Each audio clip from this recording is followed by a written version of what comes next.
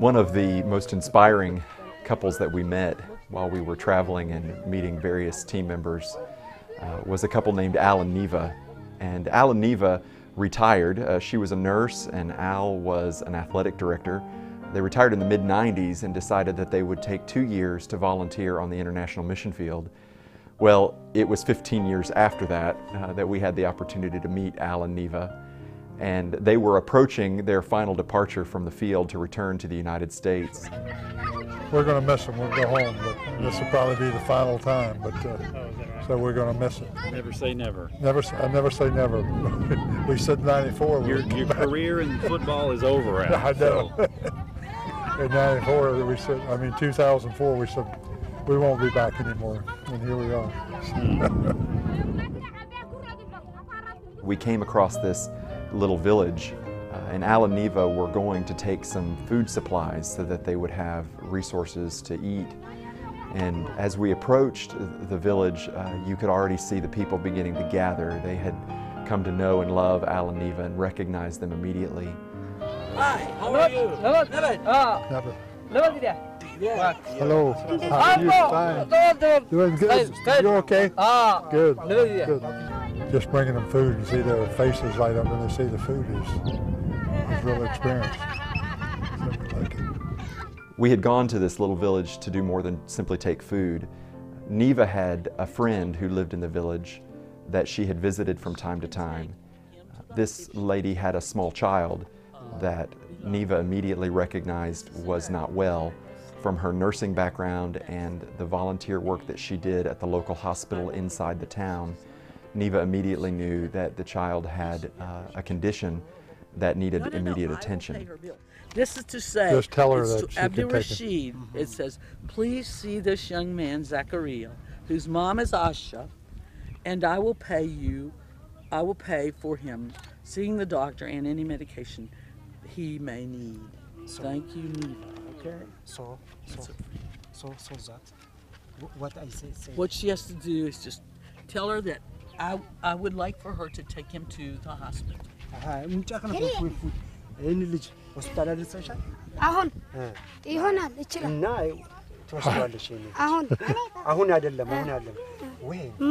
Tell her she can go any day from Monday through Friday, whenever she has time. And she comes in town.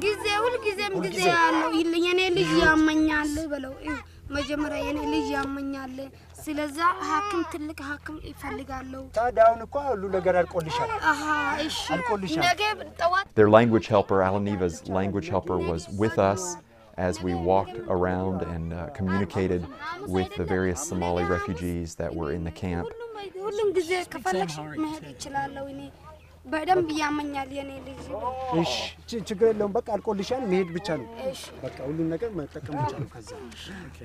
Does she want me to give her a day for him to come so I can? She's going to go tomorrow. Tomorrow. I'll be there tomorrow morning. Yes.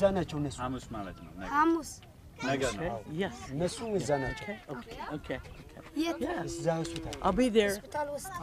And you tell her I will be up where the patients are in the hospital, in bed. Tell her to ask for Neva downstairs when she comes in. Say, ask for the white lady, the old white lady. The old white lady. She doesn't know where to go. She wants to meet you when she gets there. Okay, all right. If she can tell me about what time. I think she wants you to come here and take her. Tell her I don't have a car. I can't. Tell us about the house, about the structures, or maybe you already did. No. About the structures they live in there. Okay, these are not typical what I was used to in Somalia, what I was used to. Most of them are grass huts. But what they have done, they have literally made their house out of whatever they can because they don't move. These people have stayed here. Their husbands may be gone now somewhere else doing animals. They use it around when they get a number of poles and they bring them together and tie them to the top. But they have no means to it. And I think they do, yeah, it's the same thing. I've been in. And where we've been in the past, the women always build these houses. The women build them. The women build them,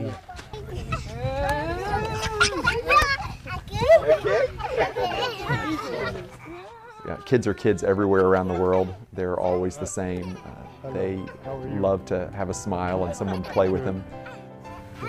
Okay.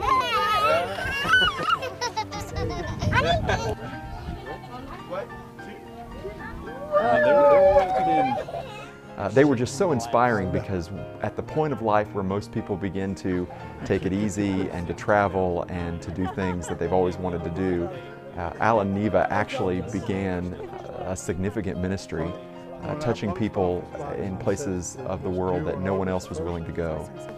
I come from Djibouti. You come from Djibouti? Oh, is anybody else here from Djibouti? A city from Djibouti.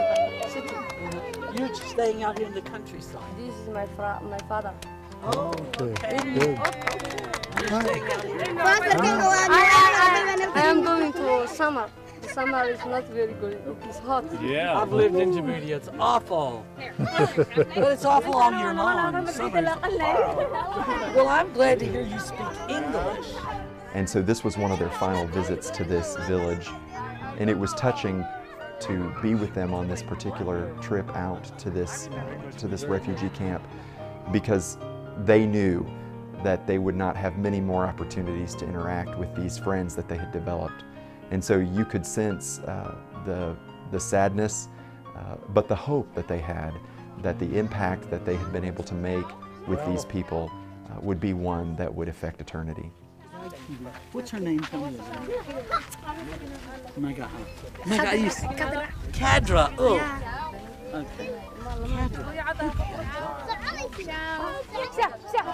You're so sweet. So I'll see you at Zachary. They love each other. They love their country.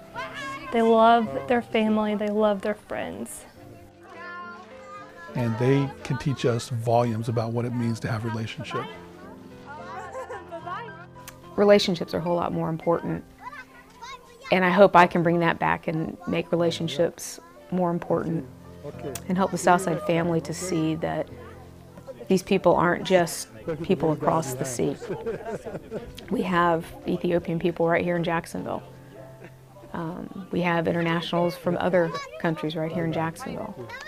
And we need to treat everybody like we're all God's children. 2 days later, when we were able to talk with Al and Neva again, they reported to us that the woman had indeed walked from out in the desert all the way into town with her baby that next day and was at the hospital waiting, and they were able to treat the child. And this really only came about because of Neva's connection with this village and with this young woman in particular. She was very hopeful that as the relationship continued to develop, that she would be able to continue to demonstrate Christ and to tell this young lady about the love of Jesus Christ that had changed her life and could change her life as well.